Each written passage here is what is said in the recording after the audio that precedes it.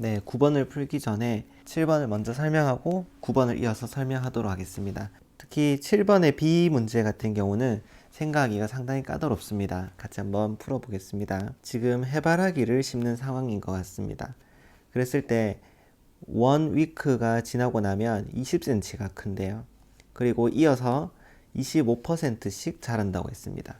자, 그랬을 때 첫 번째 질문은 뭐냐면 5 weeks after이라는 용어 보이죠? after. 5주 뒤에 식물이 키가 얼마나 자랐을 것인지를 생각해봐라 라는 문제입니다. 자, 그러면 묻는 것이 정확하게 5주의 끝을 물었으니까 우리가 첫째 항으로 생각할 것도 1주의 끝, 그 다음에 2주의 끝, 그 다음에 3주의 끝이 어떻게 될 것인지를 보면서 규칙을 찾으면 되겠습니다. 자, 여기서 선생님이 하나 이제 이야기하고 싶은 게 있는데, 이렇게 이제 구간이 있잖아요. 지금은 첫 번째 주는 0에서 20cm라는 구간이 있고, 2주차 같은 경우는 20cm에서 20 곱하기 1.25라는 구간이 있어요. 또 다른 문제에 가면 뭐 1년이라는 구간이 있거나 아니면 한 달이라는 구간이 있거나 어떤 구간이 주어집니다. 그랬을 때 그 구간에는 항상 처음과, 지금 여기 처음은 1주 시작이라고 할 수 있고 1주가 끝나는 시점이 있습니다. 그리고 2주차도 역시 2주가 시작되는 시점이 있고 2주째가 끝나는 때가 있습니다. 그래서 우리가 이 등비수열의 문제를 풀 때는 시작의 기준이 있는지 끝의 기준이 있는지를 정확하게 판단해서 문제를 풀어야 돼요. 그런 것을 정확하게 주지 않은 문제 같은 경우에는 내가 기준을 시작에 두고 문제를 풀 건지 끝에 두고 문제를 풀 건지를 결정해서 문제를 풀면 됩니다. 그렇게 정확하게 정해지지 않은 문제가 이제 B 같은 문제고요. A 같은 문제는 5주 뒤를 봐라 라고 정확하게 알려준 거예요. 그래서 여기 애프터이라는 용어가 중요하다고 선생님이 빨간색 네모를 쳐놓은 거예요. 자, 그러면 1주 뒤에 해바라기 키는 어떻게 됩니까? 1주 끝, 지금 20cm가 되는 걸 알 수 있습니다. 20cm라고 할 수 있고 2주 끝에서는 25% 자란다고 했으니까 1.25의 1제곱, 3주 끝에서는 20 곱하기 1.25의 제곱센치라고 할 수 있어요. 그러면 5주 뒤 해바라기의 키는 20 곱하기 1.25의 첨자, 이 변하는 숫자들의 관계를 보니까 5주 뒤에는 4제곱임을 알 수 있습니다.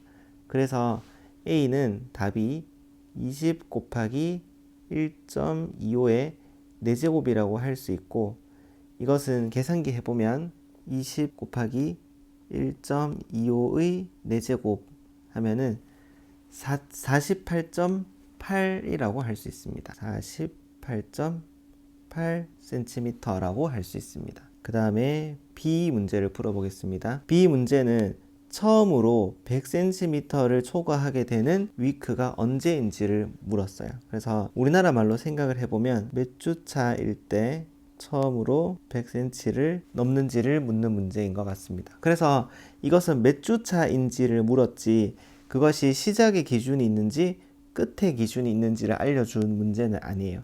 그래서 두 가지로 선생님이 한번 풀어보겠습니다. 첫 번째 풀이는 시작점을 기준으로 생각하는 거고요. 시작점을 기준으로 생각을 해볼 것이고, 두 번째 풀이는 끝점을 기준으로 생각해서 문제를 풀어보겠습니다. 어쨌든 답은 똑같이 나올 거예요. 자, 그러면 선생님이 시작점을 기준으로 생각을 한다 그랬으니까 첫째 항도 1주가 시작되는 지점에 해바라기의 키를 첫째 항으로 놔야 될 것 같습니다. 그러면 1주가 시작할 때 해바라기는 이제 막 심었으니까 0이 되겠죠.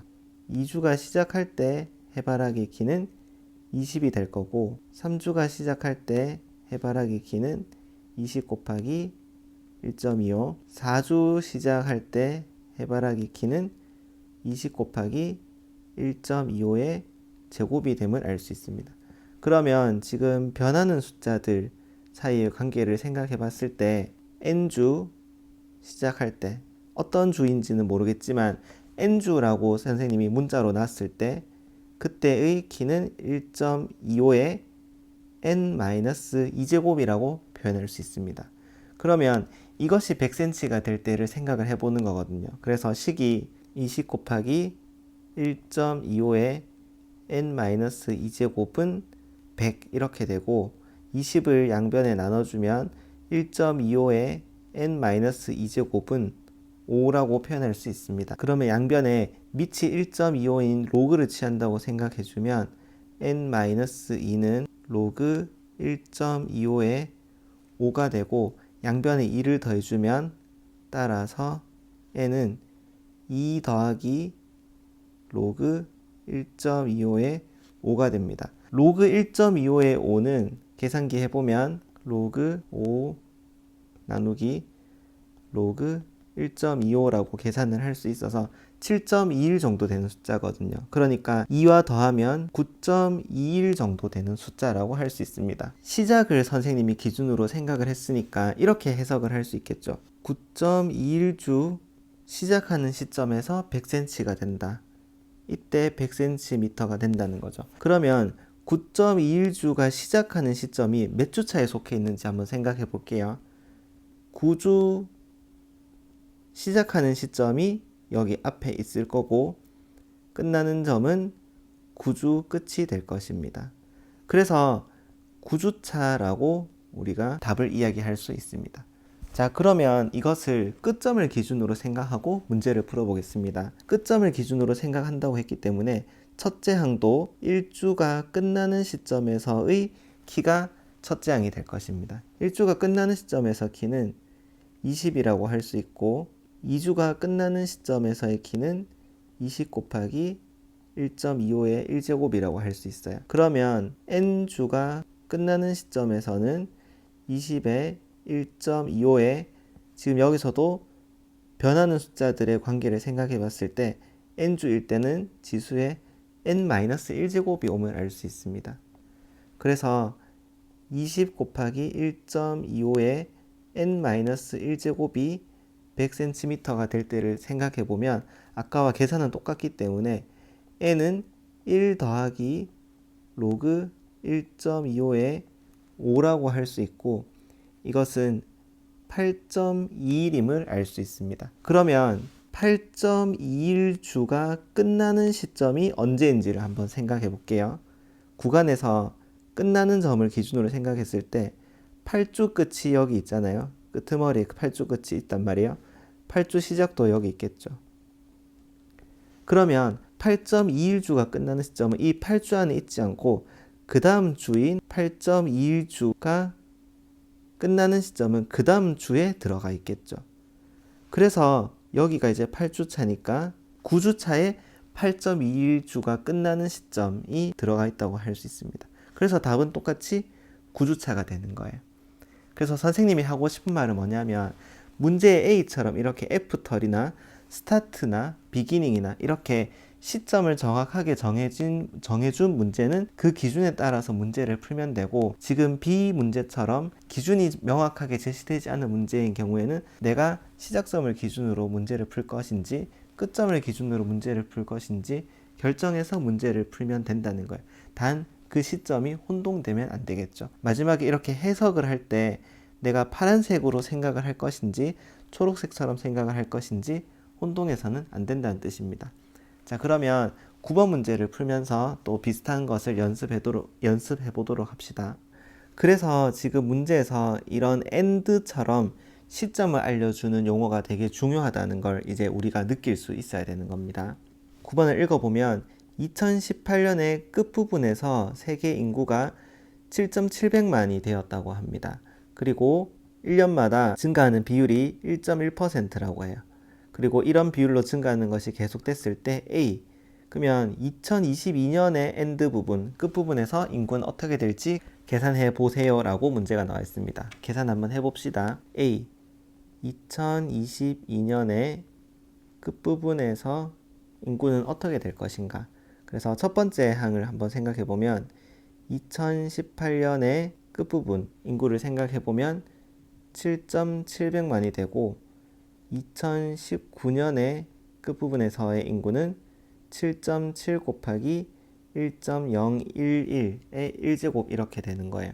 그러면 2020년의 끝부분은 제곱이 될 거고 2021년의 끝부분에서 인구는 세제곱, 2022년에 끝부분에서 인구는 그래서 7.7 곱하기 1.011의 4제곱이 된다고 이야기할 수 있습니다. 그래서 A 문제의 답은 7.7 곱하기 1.011의 4제곱이 되고, 이것은 계산기로 계산해 보면 7.7 곱하기 1.011의 4제곱 계산해 보면 대략 8.04 단위는 100만 명이 됨을 알 수 있습니다. 그 다음에 B를 풀어봅시다. B는 900만이 넘는 것은 언제입니까? 라고 묻고 있습니다. 언제인가? 이렇게 이제 묻고 있는데, 지금은 시점을 정해주지는 않았지만 문제에 대한 자료 자체가 end에 관한 자료가 주어져 있기 때문에 우리가 생각하는 것도 끝점을 기준으로 생각을 해야 될 것 같습니다. 그래서 2018년 기준으로 했을 때 2018년, 2019년 이렇게 생각하는 것보다 2018년이라는 기준을 잡고 거기서 1년 뒤 끝, 그 다음에 2년 뒤 끝, 이렇게 이제 생각을 하면 마지막에 이제 어떤 숫자가 나왔을 때 그냥 2018년하고 숫자적으로 더하면은 답을 얻어낼 수 있기 때문에 훨씬 더 생각하기가 편할 것 같습니다. 2018년 기준 1년 뒤의 끝은 7.700만이 아니라 7.7 곱하기 1.011의 1제곱이 되고, 2년 뒤의 끝은 7.7 곱하기 1.011의 제곱이 됩니다. 그러면 이런 변하는 숫자들의 관계를 생각해 봤을 때 n년 뒤의 끝부분에서의 인구는 7.7 곱하기 1.011의 n제곱이 된다고 할 수 있습니다. 지금 이것이 900만이 될 때를 생각하라는 거거든요. 그래서 계산을 해보면 양변에 7.7로 나눈다고 생각하면 1.011의 n제곱은 7.7분의 9가 되고, 양변에 밑이 1.011인 로그를 씌운다고 생각하면 n은 로그 1.011의 7.7분의 9라는 숫자가 된다고 할 수 있습니다. 이것은 계산기로 대략 어느 정도의 숫자인지 생각을 해봐야 될 것 같습니다. 로그 9 나누기 7.7 나누기 로그 1.011 계산해보면 대략 14.3 정도 되는 숫자임을 알 수 있습니다. 그러니까 18년에다가 14.3을 더한다고 생각해보면 2032.3년 끝부분에서 900만이 됨을 알 수 있어요. 자, 그런데 이걸 이제 해석을 해봐야 되겠죠.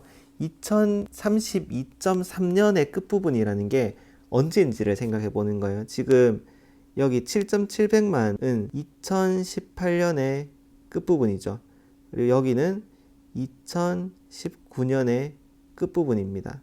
자, 그러면 2032년의 끝부분이 있겠죠. 2032년의 끝부분이 있을 텐데 2032년하고도 0.3년이 더 갔다는 말은 그 다음 해로 넘어갔다는 소리죠. 여기 2032.3년이라는 시점이 어딘가 있을 것이고, 이때 900만이 됐다고 했으니까 연도로 따지면 이때는 2033년이 됩니다.